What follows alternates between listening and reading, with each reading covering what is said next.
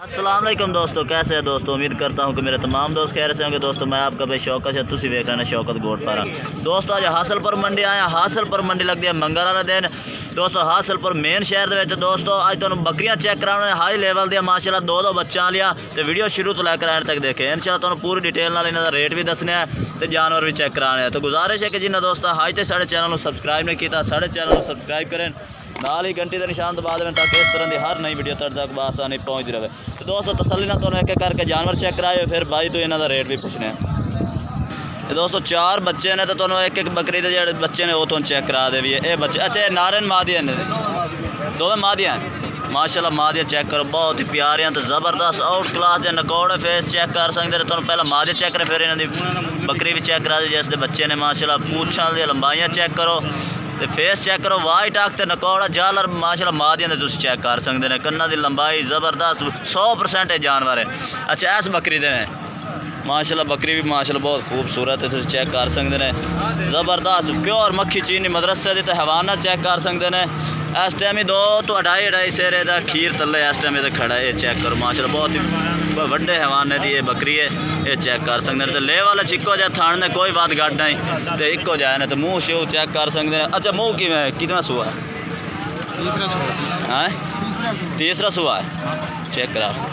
अच्छा मुँह यानी कि पूरी हो लेकिन तीसरा सूआ लवी बकरी वाली खड़ी है दोस्तों। तो 2 मादिया ने माशाल्लाह बहुत ही प्यारे तो ज़बरदस्त ये तले मादिया ने। अच्छा हम आस बकरी तले की है ये भी खाओ 2 में पठोरे ने 2 में दोस्तों ये तले नारे तो नार चेक कराए फिर बकरी चेक करा देने। ये नार चेक करो माशाल्लाह बहुत ही प्यारे ज़बरदस्त ये चेक कर सकते। लंबिया पूछा दे नकौड़ा फेस जालर माशाल्लाह चेक कर सकते बच्चे ने। अच्छा किन्ना दिनों की सूई हुई तकरीबन 20 दिन दिया। ये दोस्तों बच्चे चेक करो ये नर 2 ने इस बकरी दे भी तुम बकरी डिटेल नाल दसने। ये नकौड़े फेस माशाल्लाह बच्चों ने तुम चेक कर सकते बहुत ही प्यारे ज़बरदस्त ये। अच्छा ये तले 2 नार ने।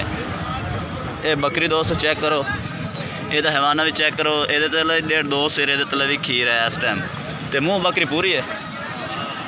अच्छा दोस्तों बकरी मुँह पूरी है ये वेख पूरी है। तो नकौड़ा फेस माशाल्लाह बैठ में सिंगल बकरी तुम चेक कर सकते हैं। बकरी माशाल्लाह बहुत ही ज़बरदस्त आउट क्लास की बकरी है। अच्छा हूँ मैंने इन्हें दस दे जाओ कि रेट शेट की मंगते पे ने इसका रेट की करते पे तो उसका की करते पे। 2 नारा वाले जो बच्चे पे ये रेट करते पे 1,10,000 फाइनल कितना ला दे सो 90,000 रुपये की दोस्तों। जिस तरह 2 नर ने ये 90,000 की फाइनल बाई ला दे सन तो वैसे 1,10,000 मांग रहे हैं। तो बकरी तुम चेक करो लवी बकरी ने ये चेक करो नकौड़ा जालर बकरी माशाल्लाह बहुत प्यारी है 100% जानवर है। 90,000 ये कीमत। अच्छा है दी बराबर है 2 मादिया वाला 90 का। अच्छा ये फाइनल रेट है 90,000। अच्छा दोस्तों यदा भी 90,000 ये तले 2 मादिया ने तुम चेक पहला भी कराए ने मादिया माशाल्लाह ये तले बड़े ज़बरदस्त ने। तो यदा भी 90,000 रेट है। तो मुँह शो तुम चेक करा दी है। अच्छा राबता नंबर है अपना दे भाई 0302 4957 027। अच्छा ये 2 ही बकरियाँ थोड़े को खड़ी हैं यानी कि इस टाइम। तो नाम की है भाई का? हाँ मुहम्मद अमीन। दोस्तों मुहम्मद अमीन भाई का तुम्हें राबता नंबर भी ला के दे दिता। तो ये 2 बकरियाँ इन्होंने को खड़िया ने जिस तरह 2 नर ने यदा भी 90,000। ये बकरी तुम चेक करो माशाल्लाह बहुत ही ज़बरदस्त आउट क्लास की बकरी है तुम चेक कर सकते हैं। तो जिस तरह 2 मादिया ने वह भी 90,000। तो रेट तुम दस दिता राबता नंबर भी दोस्तों लैके दे दिता है।